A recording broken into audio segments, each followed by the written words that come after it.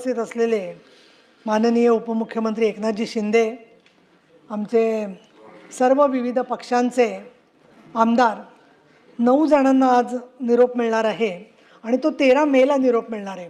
Social मीडियावरती येते की आज निरोप म्हणजे आजपासून घरी, पण 13 मेपर्यंत आहे. तर त्याच्यामुळे काय झालंय, मला फोन यायला लागले की मेसेज की आम्ही तुमच्या बरोबर आहोत वगैरे, तर मला कळेना काय झालं ते. तर त्याच्यामुळे 13 मेपर्यंत आहे. हे सोशल मीडियाला जरा कळायला पाहिजे, कारण ते प्रचंड वाट बघताय तो निरोपाची कायमच्या. नाही, तसं काही म्हणणार नाही मी. सन्माननीय उद्धवजी ठाकरे शिवसेनेचे नेते, तसंच अमोल मिटकरी राष्ट्रवादी काँग्रेस पक्षाचे, शशिकांत शिंदे राष्ट्रवादी काँग्रेस पक्ष, राजेश राठोड काँग्रेस, संदीप जोशी भारतीय जनता पक्ष, दादाराव केचे भारतीय जनता पक्ष, संजय केणेकर आणि रणजितसिंह मोहिते पाटील भारतीय जनता पक्ष, या सगळ्या सदस्यांची मुदत संपते. आणि सन्माननीय सभापती महोदय, आपल्या सहकार्याबद्दल मी आभार मानते, सगळ्या सभागृहाचे आभार मानते. परंतु 2020ला ज्याला चौथ्यांदा मला संधी मिळाली, त्यावेळेला मला अजिबात कल्पना नव्हती की पुढची 6 वर्ष एवढी अवघड असणार आहेत. कारण कोविड जस्ट सुरू झालेला होता, निवडणुका होतील की नाही अशी शंका होती, आणि नंतरच्या काळामध्ये अधिवेशनच होणार नाहीत, काम करण्याच्या एवढ्या अडचणी येतील याची जाणीव नव्हती. आणि विशेष म्हणजे 2022ला जी विधान परिषदेची आणि राज्यसभेची निवडणूक झाली, त्याच्यानंतर एवढं मोठं शिवसेनेत स्थित्यंतर होईल याचासुद्धा सुतरामसुद्धा मला कल्पना नव्हती. 24 वर्ष आतापर्यंत काम केलं. आमदार म्हणून काम करत असताना माननीय मी शिंदेसाहेबांचे आभारी आहे, फडणवीस साहेबांचे आभारी आहे. अनेक सदस्यांनी माझा उल्लेख केला. खरं सांगायचं तर इतक्या दिवसांचा विक्रम मी केला आहे मला शिंदेसाहेबांमुळे कळलं. कारण वर्ष कशी गेली आणि कसे दिवस गेले याच्यामध्ये एक एक टर्म, म्हणजे त्याच्यात संजय शिरसाटी होते, शंभूराजे देसाई होते. 2002ला पहिल्यांदा मी ज्यावेळेला आमदार झाले त्यावेळेला हिंदुहृदय सम्राट शिवसेना प्रमुख बाळासाहेब ठाकरे होते, उद्धव ठाकरे होते, नारायण राणेसुद्धा पक्षात होते. त्यामुळे सगळ्यांचं त्याच्यात त्यांची चर्चा झाली आणि मला ज्यावेळेला मिळालं आमदारकी, आता सगळंच खोटं बोलणं पण बरोबर नाही आहे, पण प्रचंड विरोध होता, खूप विरोध होता. म्हणजे तो नंतर मला हळूहळू कळला. आणि त्या विरोधाच्या मध्ये 2005मध्ये नारायण राणे साहेबांनी पक्ष सोडला. त्याच्यानंतर पोटनिवडणुका, मी अगदी एक वाक्यामध्ये एक फेज घेते. म्हणजे मोठ्या साहेबांच्या भाषेमध्ये त्यांनी काय शब्द वापरला रंगशारदामध्ये, तो सुद्धा माहिती आहे आम्हाला, लक्षात आहे. रंगशारदामध्ये मोठ्या साहेबांनी काय शब्द वापरला तोही आम्हाला लक्षात आहे. पण आता सगळ्याच तपशिलात मी जात नाही आहे. आणि त्याच्यानंतर एक पोटनिवडणुका, सभापती महोदय, त्या पोटनिवडणुकांच्या मध्ये रामटेक, दर्यापूर, श्रीवर्धन, कणकवली, वडाळा सातत्याने पोटनिवडणुका. आणि याच्यामध्ये माननीय शिंदेसाहेब, अनिल परब, मिलिंद नार्वेकर, अनेक जण 30-40 दिवस बॅगा घेऊन उन्हामध्ये सगळ्या त्या पोटनिवडणुका जिंकण्यासाठी. आणि त्याच्यामुळे काय माहिती आहे का, तुम्ही किती प्रयत्न केलात ना तरीसुद्धा शिवसैनिकाचं जे मन आहे, ते मन जे होतं ते बाळासाहेब आणि शिवसेनेबरोबरच होतं, आजही आहे. आणि आजही आम्ही वर जाईपर्यंत आमच्या मन शिवसेनेचंच राहणार. त्याच्यानंतर राज ठाकरे सोडून गेले, त्यानंतर आता परत एकत्र आले. कसं तुम्ही सहन करता, मला तुमच्या सहनशक्तीचं कौतुक वाटतं. 19 वर्ष वाया गेली या सगळ्यामधल्या काळात. त्याच्यानंतर 2008मध्ये परत मला आमदारकीची टर्म मिळाली. यामधल्या काळामध्ये महिला आणि सामाजिक न्यायाचे प्रश्न सोडवण्याबरोबर आम्ही त्यावेळेला विरोधी पक्षात होतो. आणि माननीय शिंदेसाहेब, माननीय सुभाष देसाई हे सगळे विधानसभेमध्ये होते. आणि विधानसभेमध्ये रोज ठाण्याहून आंदोलनाचा एक कार्यक्रम यायचा. आणि त्याप्रमाणे बाहेर पायऱ्यांवरती आणि चौकाच्या बाहेर आंदोलनं व्हायची. आणि सभागृहामध्ये काम कसं करायचं याची खूप ओढाताण करायला लागायची. कारण अतिशय आम्ही कमी संख्येने होतो. खडसे साहेब होते विरोधी पक्षनेते, नंतर रामदास कदम त्यांच्या आधी होते. आणि या सगळ्या विरोधी पक्षाची सवय आम्हाला चांगली झाली होती. रामभाऊ आपणही होता 2014पर्यंत.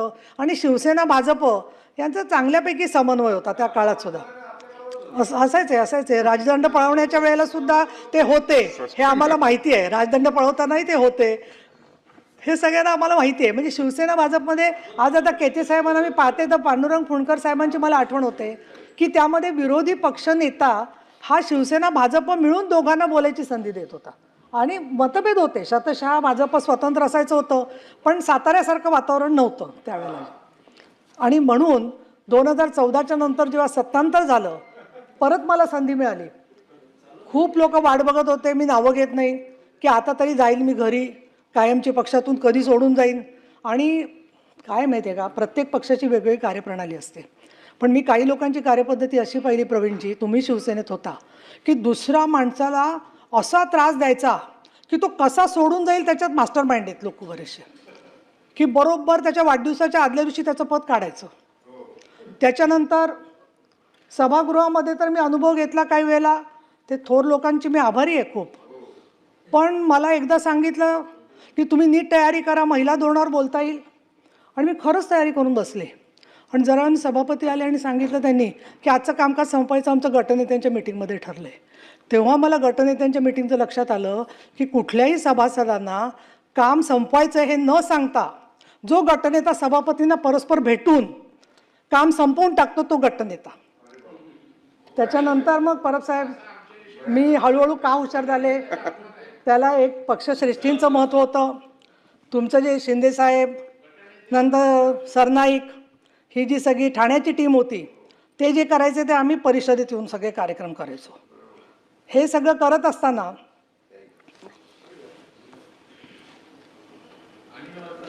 नाही अनिलचा नाही, अनिल खूप सफर केलं अनिलने, पण तरी तो अजून सफर करतो, त्याची सवय जात नाही. त्याच्यामुळे ते काय मी त्याला बोलू शकत नाही. पण मिलिंद नार्वेकर माझ्या बाजूने होते उद्धव साहेबांबरोबर, आणि त्यामुळे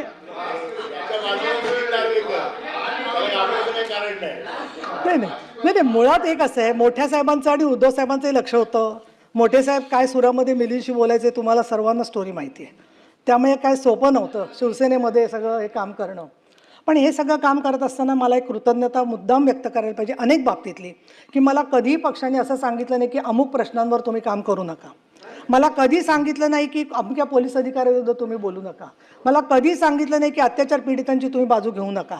इतकंच नव्हे तर पुण्यामध्ये काही भूखंड माफिया होते की ज्यांनी वेगवेगळे भूखंड पळवले होते आणि जे आता एका पक्षाचे अध्यक्ष आहेत, अशा माणसाच्या विरोधात सुद्धा मी उभे राहिले तर मला कायम सहकार्यच मिळालं. इतकंच नव्हे तर दगडफेक, डोंगरावरून ढकलून देणं, झोपड्यात कोंडून ठेवणं, असे अनुभव पण मी घेतले. आणि काही काही वेळेला समोरून सहानुभूती यायची, पण एखादा म्हणायचा मला आमदार, आम्हाला वाटलं तो तुम्हाला मारलं असतं तर बरं झालं असतं. पण शिवसैनिक ही कवच कुंडल आहेत आमच्यासारख्या लोकांची, की प्रत्येक ठिकाणी त्यांनी आम्हाला संरक्षण दिलं, सहकार्य दिलं. आणि 2008 ते 2014 या काळामध्ये आदर्श घोटाळा, त्याचबरोबर बॉम्बस्फोट मुंबईत झालेला, अशा अनेक मुद्द्यांच्यावरती शिवसेना भाजप एकत्र लढत होते सभागृहात. त्यावेळेला मला तर वाटतं 100-1 शोज तरी वेगवेगळे झाले असतील चॅनेल्सवरती, की शिवसेनेकडून मी आणखीन भाजपकडून देवेंद्र फडणवीस साहेब पक्षाची भूमिका मांडायला आम्ही असायचो. आणि खूप मोठ्या प्रमाणात प्रवक्ता म्हणून सुद्धा मला काम करता आलं. हे सगळं काम करत असताना 2014च्या पर्यंत आणि आत्तापर्यंत 98, 2004, 2009, 2014, 2018, 2024 अशा 6 लोकसभा आणि विधानसभा निवडणुका आणि त्याचबरोबर महानगरपालिका निवडणुका याच्यामध्ये पक्षाच्या प्रचाराचं आणि प्रवक्ता म्हणून मी काम केलं. काही मोठ्या साहेबांच्या सभांना उपस्थित राहता आलं. अक्षरशः रोमांचकारी असं वातावरण असायचं. संभाजीनगरच्या सभा संजयजी शिरसाट तुमच्या लक्षात आहेत आपल्या सगळ्यांच्या, की ज्याच्यामध्ये अगदी संपूर्णपणाने एक प्रचंड असं मैदान भरलेलं असायचं लोकांनी. आणि तिथे मोठे साहेब जेव्हा बोलायचे किंवा वंदे मातरम तिथे आम्ही ऐकायचो, तेव्हा असं वाटायचं की पुनर्जन्म झाला तर तो शिवसेनेतच व्हावा, हीच कायम मनामध्ये भावना होती. 2014ला मला संधी मिळाली परत. त्यावेळेला विधानसभेमध्ये निवडणुकीच्या शेवटच्या क्षणापर्यंत शिवसेना भाजपची युती होती, परंतु शेवटच्या क्षणी खडसे साहेबांनी जाहीर केलं की युतीचा पोपट मेला आणि आम्ही स्वतंत्र निवडणुका लढलो. स्वतंत्र निवडणुका लढल्यानंतर पुढचे 6 महिने हे काय करायचं याच्यावरती खल चाललेला होता. आणि मग माननीय शिंदे साहेबांना विरोधी पक्षनेता करून काही दिवस चालवलं गेलं आणि नंतर आम्ही सत्तेमध्ये सहभागी झालो. मग सत्तेमध्ये सहभागी झाल्यानंतर आम्हाला बोलायची पंचायत झाली, कारण आम्ही सत्तेत सहभागी होतो. मग आम्हाला काय झालं की काँग्रेस आणि राष्ट्रवादी काँग्रेस जे 289 द्यायचे त्याचं आम्ही पॉईंट ऑफ इन्फॉर्मेशन करायचो. आणि आम्हाला सभापती पॉईंट ऑफ इन्फॉर्मेशन आधी मांडायला द्यायचे आणि त्याच्यानंतर 289 द्यायचे. हे सगळं आम्ही करत असताना अर्थातच पक्षाचं आम्हाला सांगणं होतं की हे सगळं तुम्ही काम करायचं आहे. विरोधी पक्षनेते म्हणून सुद्धा महाराष्ट्रामध्ये कोणावर जबाबदारी असेल तर ती शिंदेसाहेबांवर होती. 63 मतदारसंघातले 63 आमदार घेऊन दुष्काळी परिस्थितीचा आढावा घेऊन तो नागपूर अधिवेशनामध्ये फडणवीस साहेबांकडे मांडायचं काम आपण सगळ्यांनी केलं. तुम्ही होता, आपण विधानसभात गेलो, अनेक राज्यसभेत गेलो. आज सुद्धा विरोधी पक्ष तसं काम करतोय का तुम्ही स्वतःच्या मनाला विचारा की प्रत्येक ठिकाणच्या परिस्थितीचा आढावा घेतला जाणं. आणि 2014 पासून ते शिवसेना भाजपचं युती असली तरी आम्ही सारखं ऐकत होतो की मंत्र्यांचे राजीनामे खिशात आहेत. आपल्याकडे काय अशी पद्धत नाही आहे मंत्र्यांना आपल्याच विचारायचं की तुम्ही कधी राजीनामे देणार. पण विशेष हक्क समितीची प्रमुख मी झाले, ते काम करण्याची संधी मिळाली. त्याचबरोबर सभागृहामध्ये मांडत असताना बऱ्यापैकी म्हणजे सहकार्य पण काही बाबतीत शासनाचं मिळालं. विशेषतः मला उल्लेख एकाच गोष्टीचा मी करते, अनेक कामं केली त्यापैकी, की स्वच्छतागृहांच्या प्रश्नामध्ये पेट्रोल पंप, सर्व पेट्रोल पंप हे महिलांसाठी किंवा कुठल्याही प्रवाशांसाठी खुले असले पाहिजेत याच्याबद्दलचं मी सूचना दिली सरकारला. आणि त्याला श्री सूर्यवंशी म्हणून सचिव होते, आता मला वाटतं ते मीरा भाईंदरला आहेत. तर त्यांनी ताबडतोब GR काढला आणि सर्व पेट्रोल पंप धारकांची बैठक घेऊन सर्व ही स्वच्छतागृह तेव्हापासून खुली झाली. असे मला तर असं वाटतं या कारकिर्दीमध्ये माझ्या सगळी पुस्तकं जी झाली आहेत ते विधान परिषद व माझे कामकाज 3रं पुस्तक आता तयार होतं आहे. प्रत्येक पुस्तक जवळजवळ 500 पानाचं आहे आणि त्याच्यामध्ये मी सगळे प्रश्न, लक्षवेधी, भाषणं अशी सगळी एकत्र केलेली आहेत. आणि ती बऱ्याचशा ठिकाणी UPSC किंवा ही मुलं जी आहेत परीक्षांना बसणारी ती त्याचा उपयोग करून घेत असतात.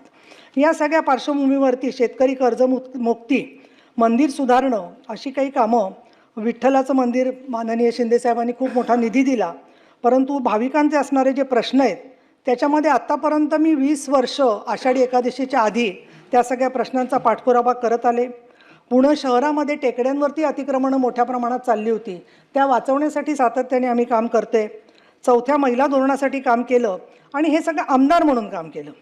आज उपसभापती म्हणून आता मी 5-6 वर्ष काम करते आहे, पण मला त्याच्यात एक फार मोठं समाधान आहे की तुम्ही सगळ्यांनी मला अतिशय चांगलं सहकार्य दिलं. मग ज्यावेळेला माझ्याकडे चार्ज होता त्यावेळेलाही मला सहकार्य मिळालं.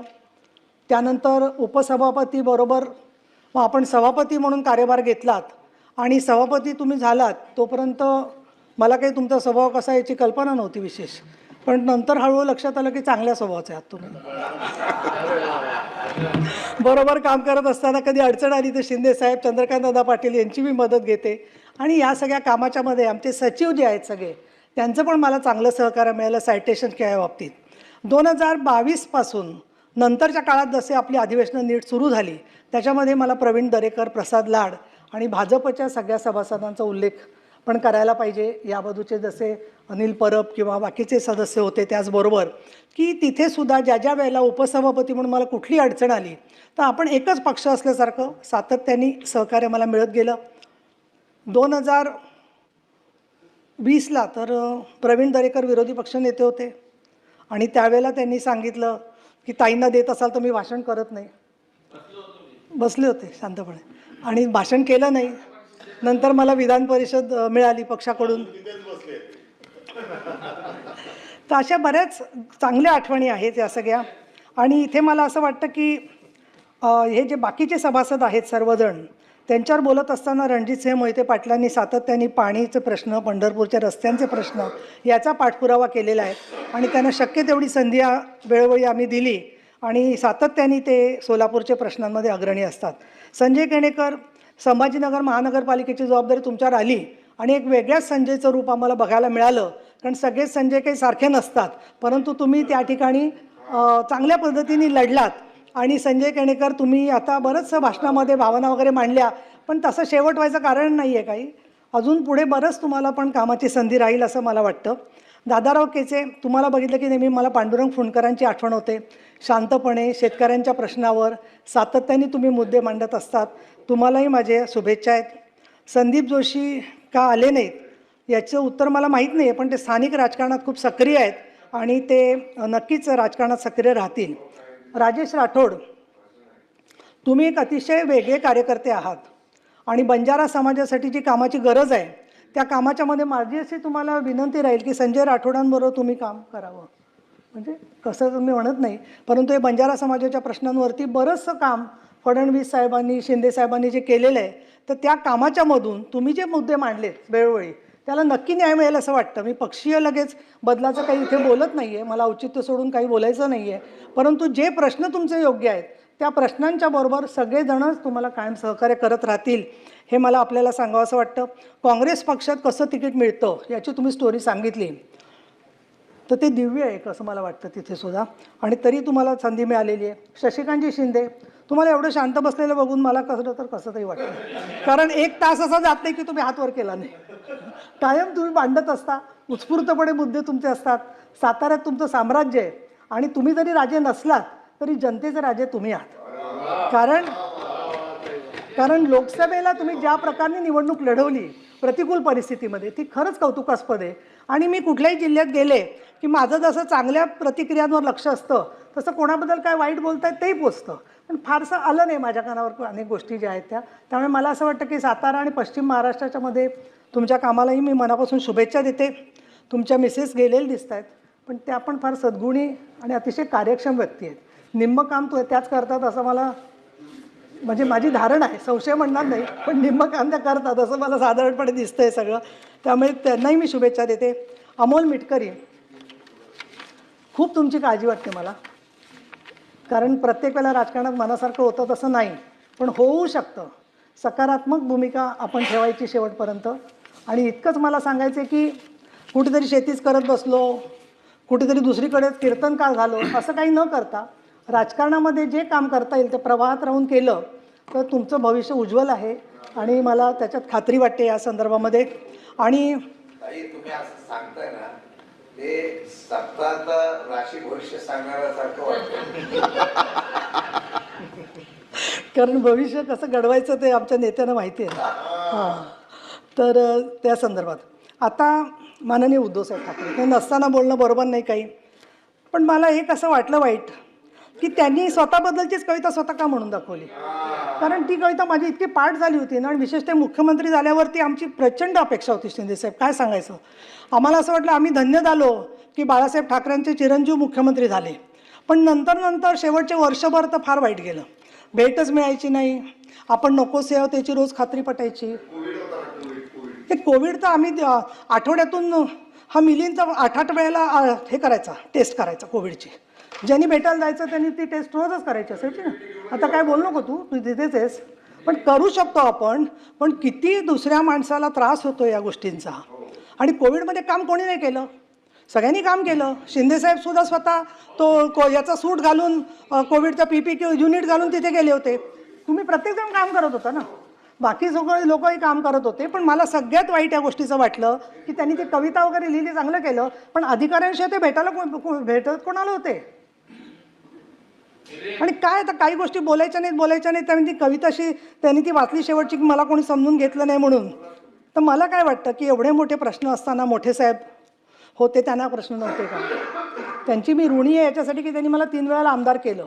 आता याच्यानंतर मला एवढं ट्रोलिंग होणार आहे की ते ट्रोलिंग म्हणजे, कारण ते 20 पैसे रेटप्रमाणे 3 दिवसाचं ट्रोलिंग ठरलेलं असतं. ते 3 दिवस होतंच ट्रोलिंग, आणि त्याच कॉमेंट्स हो परब साहेब, काहीतरी माझं म्हणणं नवीन काहीतरी शोधून तरी घालायला पाहिजे त्यांनी, तेच होत असतं. दुसरं मला कळलं नाही, कोणी रेडा मारला का कोणी अजून देवीकडे गेलं. अरे आपण स्वतः काय काय करतो श्रद्धेच्या नावाने, त्याचा प्रत्येकाला स्वतःला माहिती आहे ना काय करतो ते.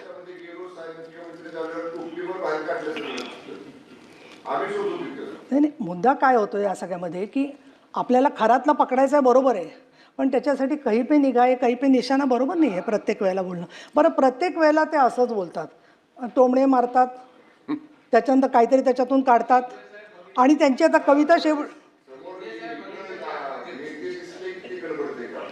नाही, आता प्रश्न काय झाला माहिती आहे? नाही, त्यांनी परत यावं. मला काय वाटतं, ते परत आलं तर मला असं देवाकडे मी रोज प्रार्थना करते की रोज ऐकून थोडे तरी जास्त माणसांना भेटायला लागतील. ते नाही, ते देव माझी प्रार्थना ऐकतच नाही. माझ्या मनावर काय अवलंबून आहे, ते कोणाचं ऐकतात ते तुम्हाला माहिती आहे, त्या व्यक्तीला सांगा तुम्ही, दुसरं कोणाच सांगा. हे पहा, मला साधी गोष्ट अशी वाटते, माझी भूमिका जी आहे ती लख पडला प्रकाश दिवट्या मशालीचा, गोंधळाला उभा गोंधळी भवानीचा, मी पणाचा दिमाख तुटला, अंतरंगी आवाज उठला, ऐरणीचा सवाल सुटला. या कहाणीचा आम्ही शिंदेसाहेबांबरोबर काम करायचा निर्णय घेतला. तिथेच आम्हाला प्रश्नांची उत्तरं मिळाली. एक. दुसरं मला असं सांगायचं आहे की सवंगडी सोडून गेले. आपल्या घरचा एखादा सेवक सोडून गेला तरी मी 2 दिवस विचार करते की आपलं काही चुकलं आहे का. 60 लोक 70 लोक सोडून जातात, हजारो जिल्हाप्रमुख निघून जातात, त्यांचा काहीच विचार का नाही मनामध्ये करत. आणि परत ते म्हणतात मला समजून घेतलं नाही. अहो, तुम्ही त्यांना समजून घेतलं नाही म्हणून ते सगळे निघून गेले. हा एक त्याच्यामधला भाग मला वाटतोय. आणि दुसरं असं आहे की हे पहा, मला पूर्वी मी सांगायला नाव पण हरकत नाही, मला रामदास कदम साहेब पण एकदा बोललेले की हे पहा, यांचं असं असतं की विजय असला की त्यांचा असतो आणि पराभव असला तर आमचा असतो.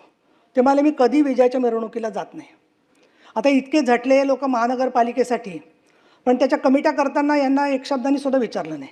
तर ती पद्धतच आहे. शेवटी कसं आहे की किती प्रमाणामध्ये सहन करायचं याची प्रत्येकाची मर्यादा ठरलेली आहे. मला तर असं वाटतं की अनेक वेळेला अनेक लोक शेवटी आजारी पडतात, त्यांना काही काय होतात गोष्टी, आणि तरी ते सहन करत राहतात. दुसरा महत्त्वाचा भाग असा आहे की आपल्याला कंटाळा येतो ना राजकारणाचा, तर मग त्याच्यामध्ये सत्तेच्या संदर्भात एवढं तरी आपल्याच घरच्या लोकांनी बघावी सत्ता, असं कशाला आग्रह धरायचा. एका शिवसैनिकावरती जबाबदारी टाकावी त्यांनी, असं माझं त्या ठिकाणी सांगणं आहे इथे. आणि मी असं म्हणेन या संदर्भामध्ये की सगळं मला काळजी या गोष्टीची वाटते की मध्यंतरी इंडस्ट्रीजचे काही लोक सांगत होते की त्यांना असं वाटतं की शिवसेना एवढ्या का झाल्यात, राष्ट्रवादी एवढ्या का झाल्यात, आणि म्हणून कुठली तरी शिवसेना संपवून टाकायची, कुठली तरी राष्ट्रवादी संपवून टाकायची, असा विचार काही लोकांच्यामध्ये सातत्याने चाललेला आहे. आणि अशा वेळेला शिकस्त करतोय आम्ही प्रत्येक बाबतीमध्ये सहकार्य करण्याची. आणि म्हणून मी तर असं म्हणेन, आयुष्याला द्यावे उत्तरं, अशा पद्धतीने जगावं. आज जे काही अतिशय सुंदर शब्द वापरले, मी ऋणी आहे फडणवीस साहेबांची, शिंदे साहेबांची. आणि अजून जी काही संधी मिळेल तर त्या संदर्भामध्ये शेवटी पक्ष जी जबाबदारी टाकतील ती स्वीकारायची असते. त्यामुळे असे जगावे दुनियेमध्ये आव्हानाचे लावून अत्तर, नजर रोखुनी नजरेमध्ये आयुष्याला द्यावे उत्तर. नको गुलामी नक्षत्रांची, भीती आंधळ्या ताऱ्यांची, आयुष्याला भिडतानाही चैन करावी स्वप्नांची. हेच पुढच्या 2 वेळी शिंदेसाहेबांना उद्देशून आहेत. असे दांडगी इच्छा ज्याची मार्ग तयाला मिळती 70, नजर रोखुनी नजरेमध्ये आयुष्याला द्यावे उत्तर. सामोरं जाणं हे पाय असावे जमिनी. मला काय वाटतं माहिती आहे का, मी शत्रूंमध्ये प्रतवारी करायची प्रयत्न केला ना, तुला नंबर 1 देईन मी. आणि 20ला मी झाले ना साहेब, तर तेव्हाही आम्हाला ॲक्सिडेंटली कोविडमुळे या झाल्या नाही, त्यांना मिळाली नसते. आता काय म्हणजे बोलायला लावतोस तू असं करून. पाय असावे जमिनीवरती कवेता अंबर घेताना, हसू असावे ओठावरती काळीज काढून देताना, संकटासही ठणकावून सांगावे आता हे 72, नजर रोखुनी नजरेमध्ये आयुष्याला द्यावे उत्तर. करून जावे असेही काही दुनियेतून या जाताना, गहिवर यावा जगासा साऱ्यात निरोप शेवटचा देताना, स्वर कठोर त्या काळाचाही क्षणभर व्हावा कातर, नजर रोखुनी नजरेमध्ये आयुष्याला द्यावे उत्तर. ही गुरु ठाकूर यांची कविता आहे. आज